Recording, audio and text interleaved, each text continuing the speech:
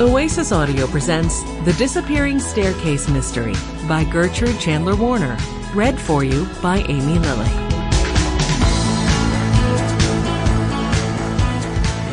Chapter 1. The Bugbee House. The Alden house was jumping. Every few minutes, people on the front porch rang the doorbell.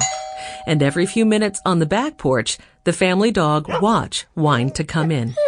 The Alden children were in the kitchen baking cookies.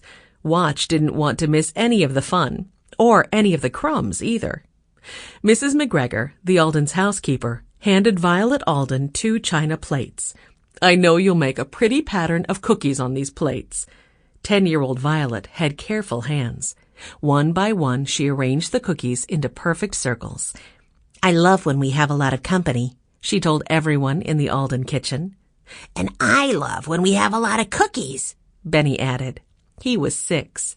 His job was to let Jessie know if the cookies were browning too fast. He and his 5-year-old cousin, Sue Lee Alden, stared through the oven door window.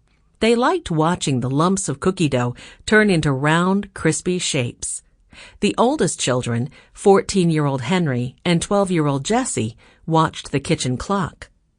10 more minutes, Jessie announced. She was busy counting cups and saucers on a tray. "That's when Mabel said the meeting would start." "Who's Mabel?" Sue Lee asked.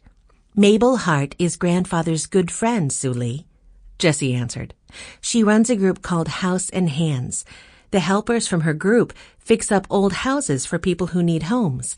We're going to be helpers too," Jessie explained, peeking in the oven. "Looks like those cookies are done." "At the meeting tonight, Mabel is going to introduce the volunteers to one another," Henry added. "We'll find out what jobs we'll be doing with the House and Hands group." "Eating cookies is my job," Benny said, when Jessie slid out the cookie sheet. A few minutes later, the children joined grandfather's guests in the living room. Nearly every chair was taken, even the creaky one next to the fireplace. The children carefully set the refreshments down on the coffee table. Then they found places to sit on the floor. "Welcome to our home, everyone," Grandfather Alden began. "These are my grandchildren, Henry, Jessie, Violet, and Benny, and my grandniece, Sue Lee. Mabel Hart, our founder, has invited them to work on our first House and Hands project. They're hard workers. They fixed up a boxcar in the woods before I brought them here to live with me. You never saw such a cozy home as that boxcar. As for fixing things, they even fixed these cookies." "Even though the cookies weren't broken," Benny added. Everyone in the living room chuckled. When the laughter died down, Mabel Hart stood up to speak. She was a tall woman with friendly blue eyes and a cloud of curly white hair. "As Mr. Alden said, our House and Hands group has a new fix-up project. This time around, we're fixing up a large house for 20 of our senior citizens to live in. The last owner left the estate to House and Hands.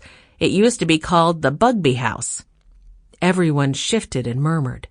"The Bugbee House," Benny whispered. "Wow." "Isn't the Bugbee House haunted?" someone asked. Mabel Hart smiled. "I knew that would come up. For years there have been stories about the Bugbee House being haunted.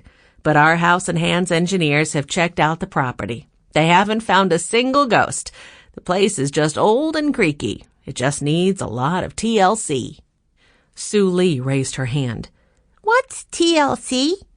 "Tender, loving care," Mabel answered. "That's what we give to all our House and Hands projects. We have lots to do," she continued. "In a few days, there will be an auction of everything in the Bugbee House. The money we make will help us buy building materials to fix up the property. I can't wait to get home to tell my wife and my grandkids about the auction," a man sitting nearby said. "What's an auction?" Sue Lee asked. "An auction is a big sale, almost like a show," Grandfather explained. "Somebody gets up in front and shows what's for sale, item by item.